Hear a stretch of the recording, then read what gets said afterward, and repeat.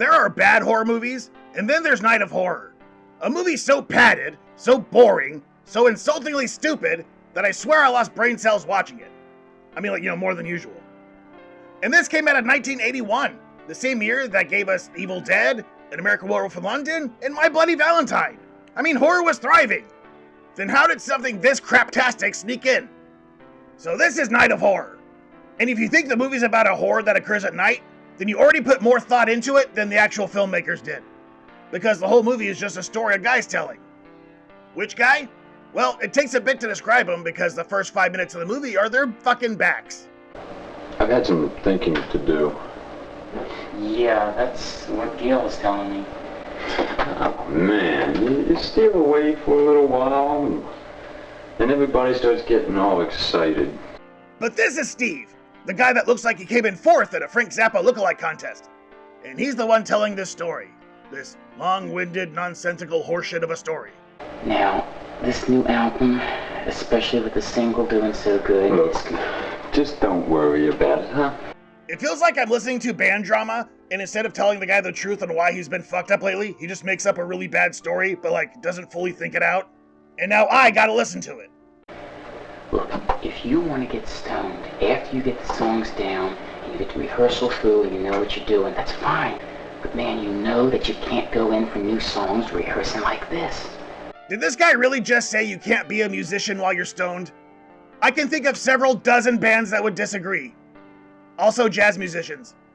Once Zappa Light over there gets to the actual story, we're treated to 3 straight minutes of unnarrated driving.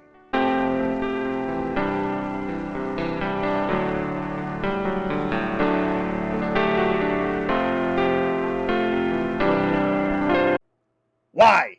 I don't even like watching driving when I'm driving. But then we get treated to a poetry reading from Zappa's half-sister-in-law. And my lord, he loves me well. But when first he breathed his vow, I felt my bosom swell. Seen and experienced it all before, and I knew then that she was for real. He keeps going on about how he's super attracted to her, though it never, ever transfers in the film, ever. Anyway, she's married to Jeff, Zappa's half-brother.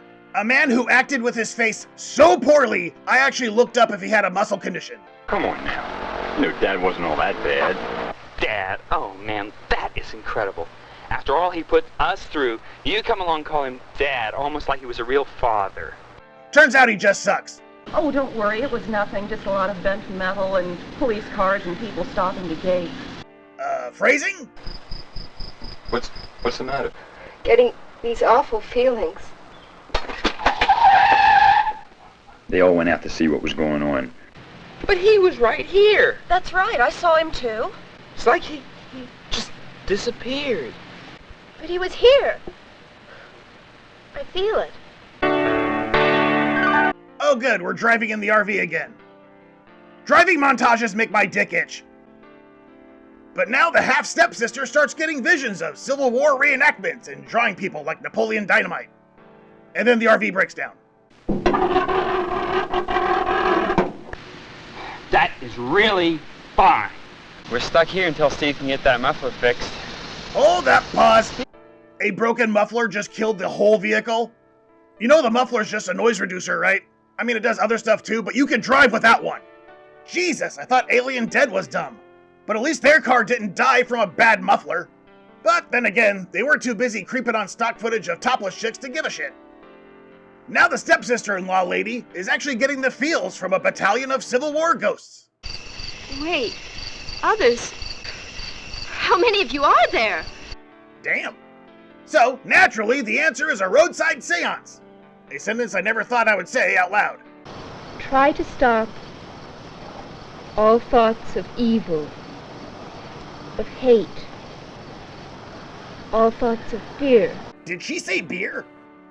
Then a bunch of shadows show up and start talking like they're too polite to ask for a drink of water.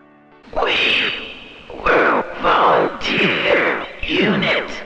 We joined because we believe. And they talk for a while, meanwhile showing Civil War reenactment footage. Which feels like a trap at this point. Like telling me you're gonna show me a horror movie and then you just kick me in the nuts with your once-a-month hobby. Anyway, after that, 5 minutes of 3 people walking in the dark digging a hole. with no talking.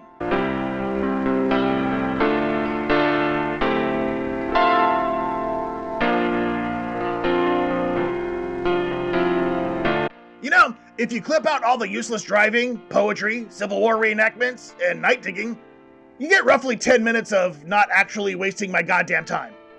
I mean, seriously, watch it. I mean, no, don't watch it. Unless you have some sort of boredom compulsion.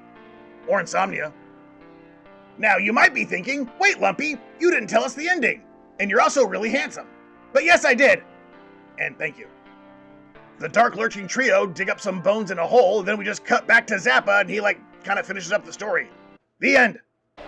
I know these things happen, but I just can't accept that they happen to me. Will you shut the fuck up? I'd rather watch Alien Dead. Again. Well, that was Night of Horror, the worst horror film of 1981. As for 1982... like, subscribe, and if you really love us, throw a few bucks at us on Patreon at patreon.com/basement1f. Or buy a shirt or something at basement1f.com so we can afford therapy after watching this horseshit. Bye. I had Excalibur. You took your camper all the way across country? You crazy? What'd you use for money? Chocolate milk and batteries.